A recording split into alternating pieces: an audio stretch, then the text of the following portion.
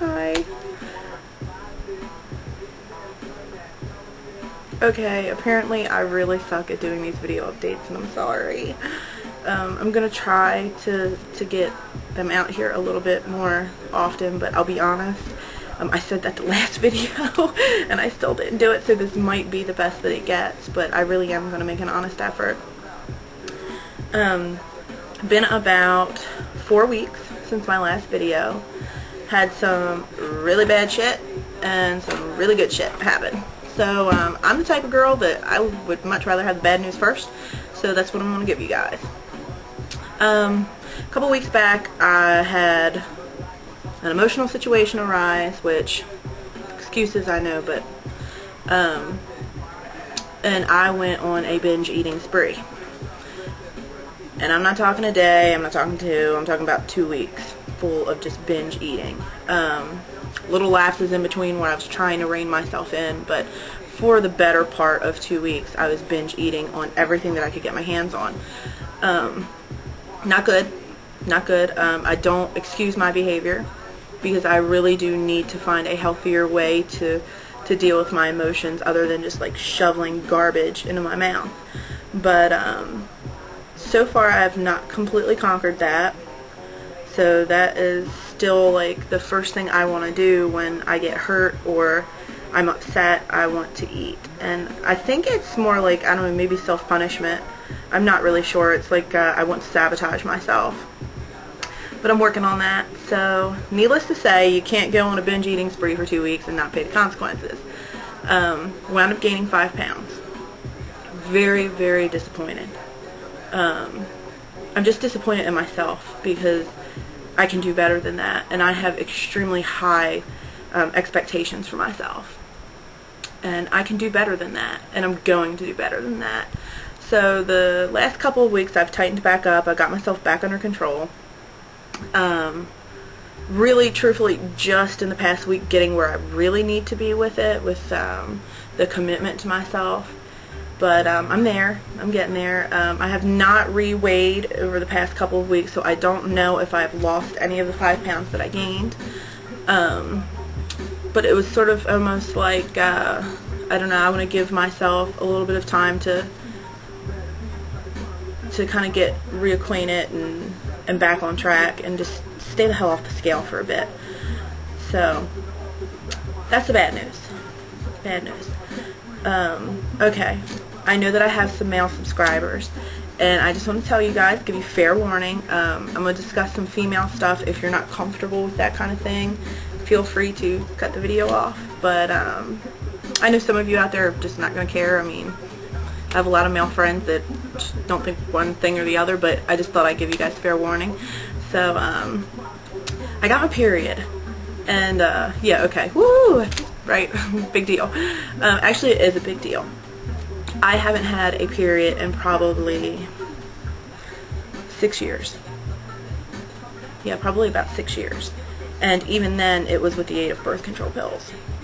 So this is the first time in about 6 years that I have had a real period. I'm not on any kind of birth control. I'm not on any kind of medication. I don't even take Tylenol. And I got it. So I take that as a sign that I'm doing the right thing for my body, because I have hormonal issues. I'm sure some of you have probably heard of polycystic ovary syndrome. I was diagnosed with that, I don't know, just a few years back. And I don't know, I had people tell me that it was something that I would have for the rest of my life. I get different opinions from different doctors, but I have a wonderful doctor now. He's Australian. He's wonderful. But he told me on my last doctor visit that he felt very confident that my menstrual cycle would return if I lost weight and stayed with low carb, because PCOS has been directly linked to insulin resistance. So we decided, you know, because he knows how I feel about taking medicine. I just don't like to take medication. I don't want to take something unless I absolutely have to take it. Pretty much if I'm dying, I'll take something. But truthfully, if I get a headache, I'll have a cup of hot tea. I just don't like to take medicine. So we just decided that, you know what, he respected my wishes on that, and just told me to continue on with the weight loss and the low carb, and that it would be something that we would address later on down the road if they didn't come back. Well, they did come back.